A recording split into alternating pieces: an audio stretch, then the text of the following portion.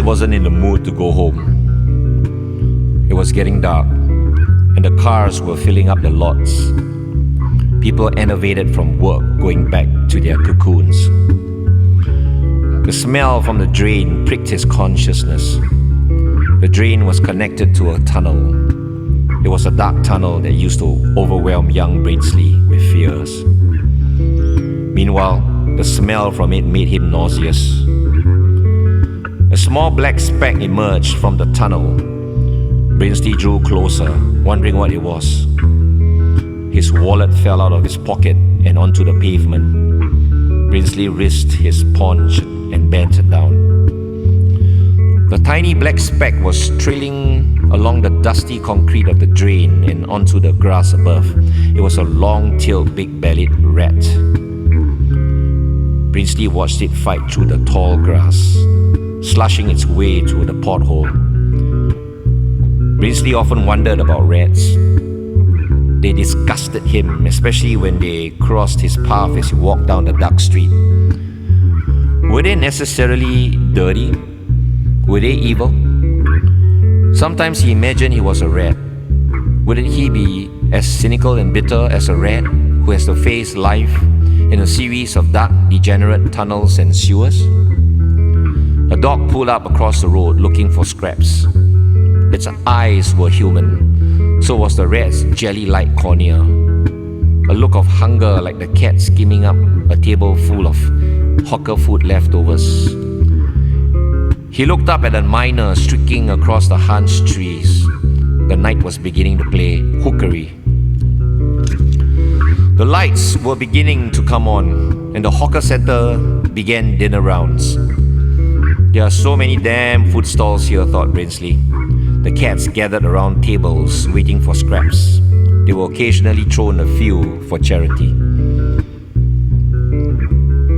Animals didn't need charity, thought Brinsley. They were survivors more than humans were. We could take a few lessons on survival from them. Brinsley chuckled at the thought, moving towards home. On his way, he spotted another dark figure coming down the road. It was getting dark and Brinsley had to strain his eyes to see.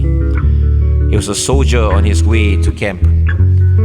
His head was bowed, so Brinsley couldn't see his face. His name tag said C.Y. Toll.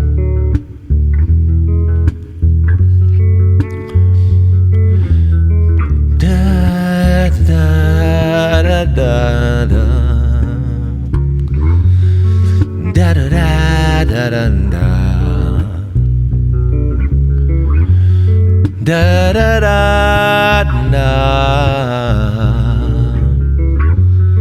da da da da da. He was wearing glasses with a strap around his head and a jockey cap that looked too big. Even from a distance, Brinsley could smell him. He had a typical soldier smell. Army powder and the pungency of a new camouflage uniform. The smell of boot polish was pervasive, and he was carrying on with an Alibaba bag which looked like a giant squash snake on his back. He was looking depressed, and the night didn't make it easier. The boots were thumping along the pavement as he made his way to the bus stop further up. Going back to camp wasn't really easy.